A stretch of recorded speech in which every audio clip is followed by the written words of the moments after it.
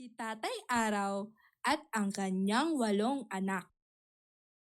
Si Tatay Araw ay nakatira sa lugar na tinatawag na Solar System, kasama ang kanyang 8 anak. 4 sa matatandang lalaki ay nagngangalang Jupiter, Saturn, Uranus at Neptune. 2 sa mga anak ni Tatay Araw ay kambal na babae, sina Earth at Venus. Si Mars naman ang pinakamatapang at ang bunsong si Mercury ang pinakamasunurin sa lahat.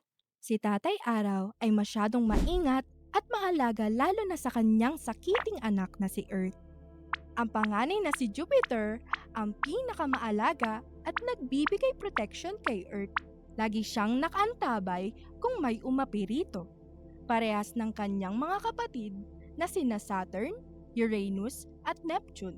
Isang araw, papasok na sana si Earth sa kanilang kwarto nang marinig niyang pinag-uusapan siya ng kanyang mga kapatid.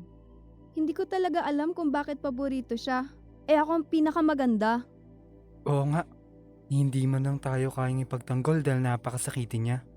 Paano na lang kung may gera? Kahit si Tatay Araw, lagi siya ang inuuna. Napaka-unfair. Nagulat si Earth sa kanyang narinig.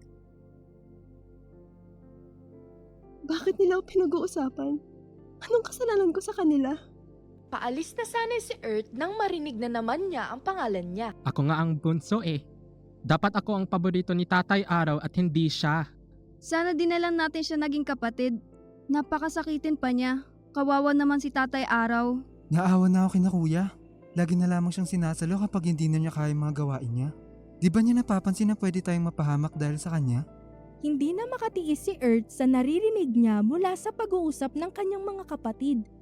Paalis na sana ito nang biglang dumating ang kanyang panganay na kapatid na si Jupiter at napansin niyang umiiyak si Earth. Anong nangyari, Earth? Ayos ka lang ba? May masakit ba? Wala to kuya. Napansin din ni Jupiter na nag-uusap ang kanilang mga nakababatang kapatid sa kwarto ni Earth at Venus. Hindi sinasadyang narinig din nito ang kanilang pag-uusap. Naawa ako sa kanya pero sana naman maisip niya na hindi dapat lagi sa kanya ang lahat ng atensyon. Tulungan niyo ako. Ang sakit ng atmosfera ko. Ang sakit ng katubigan ko, kalupaan at anyong buhay. Masyadong papansin. Nagulat si Jupiter sa kanyang narinig. Bubuksan na sana niya ang pinto upang komprontahin ang mga kapatid ng... Sa nakikita ko kasi, napapansin siguro nila na lagi nakatuon ang atensyon natin kay Earth, lalo na si Tatay Araw. Basta alam ko, handa akong mamatay, protektahan lamang siya. Gusto mo ako mausap? Papanginin ko sila ng mga bagyo ko. Huwag nila akong ginagalit. Kumalma ka kapatid. Kailangan natin ng tulong ni Tatay Araw dito. At kinuwento na nga kay Tatay Araw ng kanyang 4 na magkakapatid ang nangyari. Ano? Sinabi nila yon? Nasaan na si Earth ngayon? Nagpapalamig lang siguro iyon, Tatay Araw. Marahil ay kausap niya ang nag-iisa niyang kaibigan na si Moon. Teka, sundin ko siya. Sama ako sa iyo. At umalis na nga ang dalawa. Ay, alam kong darating din ang araw na ito. Darating ang panahon na magagalit sila kay Earth. Pero Tatay Araw, hindi ito kasalanan ni Earth. Pinanganak siyang naiiba sa atin at kailangan natin yung unawain sapagkat sa totoo lang, siya ang pinaka nahihirapan sa atin. Nag-aalala lang ako baka sa nangyari. Ayaw na ni Earth ng alinmang protection na galing sa atin. Siguro kailangan ko na rin kausapin ang mga nakababatang niyong kapatid. Tulad ng ginawa ko sa inyo noon. Alam kong makikinig siya sa iyo, Tatay Araw. Ako ang bahala sa lahat mga anak. Aayusin natin ito. Ano ang sekreto ng planetang Earth? At bakit nangangailangan ito ng matinding proteksyon at atensyon galing sa kanyang ama at mga kapatid? Dahil sa masasakit na narinig ni Earth sa kanyang mga nakababatang kapatid, naglayas ito at hinanap ang kanyang kaibigan na si Luna. Luna! Nasaan ka? Ayoko na sa amin. Ayoko na sa mga kapatid ko. Kaibigang Earth, ikaw pala. Hanggang dyan ka na lang ha? Alam mo namang delikado tayo lumapit sa isa't isa. Bakit ganun, Luna? Ikaw na lang nag-iisa kong kaibigan pero hindi tayo pwede magkasama. Paano ako iiyak at sabihin ng mga saloobin ko kung dapat malayo ka lagi sa akin? Iniingatan lamang kita, mahal kong kaibigan. Ayoko nang iniingatan ako. Nang dahil dyan, nagagalit at naiingit sa akin mga kapatid ko. Gusto kitang yakapin at paganin ang loob mo. Pero alam mo, ikaw ang pinaka-importante dito sa ating komunidad. Kaya iba yung pag-iingat, kaibigan. Huwag mong pansinin ang mga kapatid mo. Ang isipin mo ay ang responsibilidad mo bilang isang planeta. Sige kaibigan, mukhang parating na ang tatay mo. Aalis na ako. Ha? Wag! Huwag kang aalis. Luna! Si Uranus na pangatlo sa pinakamatandang kapatid ni Earth ay dumating kasama ng kanyang kapatid na si Neptune. Earth, nariyan ka pala. Pinag-alala mo kami. Tiyak, kausap mo na naman si Luna. Pwede mo naman kaming kausapin kung may dinaramdam ka. Alam nyo bang naiinggit din ako sa inyo mga kuya? Pero ni minsan hindi ko kayo pinagsalitaan ng masasakit. Ha? Sa amin? Kayo ni Kuya Uranus at Neptune, lagi kayong magkasama. Minsan, para na kayong kambal. Halos magkaparehas kayo ng hilig, parehas ng itsura. Kaya nyo pang tapusin ang inyong pangungusap na parang magkadugtong ang inyong pag-iisip. Samantalang ako, mag-isa lang ako. Napagitnaan pa ako ng kapatid ko na ayaw sa akin. Katabi ko ang kakambal natin na napakaganda. Nagniningning ang ganda umaga man o gabi. Katabi ko din ang pinakamatapang nating kapatid at malapit din sa akin na bunso. Pero bakit ako ang pinagkakaisahan nila? Ano bang meron ako? Isa lamang akong hamak na planeta. Bakit ka naman maiinggit sa amin, Earth? Ikaw ay isang napakagandang planeta at napakalaki ng responsibilidad mo sa ating komunidad. Ibig sabihin, ikaw ang pinaka-importanting miyembro ng ating pamilya. Pagpasensyahan mo na ang mga nakakabata nating kapatid. Sa ngayon, kinakausap na din sila ni Tatay Araw. Ano? Mas lalong magagalit sa akin ng mga iyon. Ayaw nga nila sa akin dahil lagi akong kinakampihan. Hindi ko naman alam kung bakit. Kailangan itigil na nila ito. Kakausapin ko sila sa harap ni Tatay Araw. Bumalik ka dito. Earth! Sa kwarto pa rin nila Earth at Venus ay nag-uusap pa din ang kanyang mga nakababatang kapatid. Nakakatawa naman na mas kinakampihan pa siya kaysa sa atin. Biglang bumukas ang pinto at nagulat ang tatlo. Magsitigil kayo sa mga pinagsasabi ninyo. Kuya, Hindi nyo alam ang sakripisyo ng kapatid nyo para sa ating lahat. Sakripisyo? Kuya, tayo lahat ang nagsasakripisyo para sa kanya. Lalo na kayo ni tatay. Tama na, Venus. Mga anak, makinig kayo sa akin. Napaiyak ng tahimik si Venus. Yumuko ito habang tumutulo ang mga luha sa pisngi. pakinggan ninyong sasabihin ni tatay. Marahil ngayon naguguluhan pa kayo. Pero pagkatapos nito, magbabago ang inyong mga pananaw. Binigyan ni Saturn ng panyo ang kanyang kapatid na umiiyak. Dati, ang Kuya Jupiter at Kuya Saturn ninyo ang inis kay Earth. Pati na sina Kuya Uranus at Neptune ninyo. Talaga po? Oo. Dumating pa ang panahon na may ginawang masama sina Uranus at Neptune para lang mapabagsak si Earth.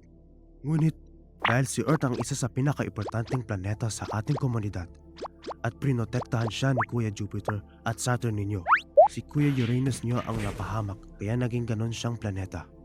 Ano bang meron si Earth, Tay? Bakit siya ang paborito nyo? Wala akong paborito sa inyo mga anak. Nagkataon lang na isa sa responsibilidad ko ang protektahan si Earth dahil sa nakaatas na misyon niya. Misyon? Di ko sinasadyang maibalik sa kanya ang bato na pinalipad niya para banggain si Earth. Kaya naiibang rotasyon ng Kuya Uranus nyo. Ilang panahon na ding hindi kami nag-uusap. Pero dahil napaliwanagan siya ni tatay, ay isa na siya sa pumoprotekta kay Earth. Si Earth ay naiiba sa ating magkakapatid. Siya lang ang planetang may buhay. Dala-dala niya ang responsibilidad na magiging matatag. Kahit nasisira siya paunti-unti ng mga buhay na naninirahan sa kanya. May buhay na naninirahan kay Earth? Bakit sa atin wala? Wala na isa sa atin ang kayang magbigay buhay kapatid. Kaya bilang napaka-importanting planeta, kailangan natin protektahan ang mga buhay na naninirahan kay Earth. Pero kung si Earth lang ang may buhay, bakit siya unti-unting sinisira mismo ng mga buhay na nakadepende sa kanya? Iyan ang hindi natin alam, Mars. Ang buhay ay isa sa pinaka-importanting kasaysayan sa ating komunidad. Sa buong solar system, siya lamang ang nag-iisang planetang may buhay.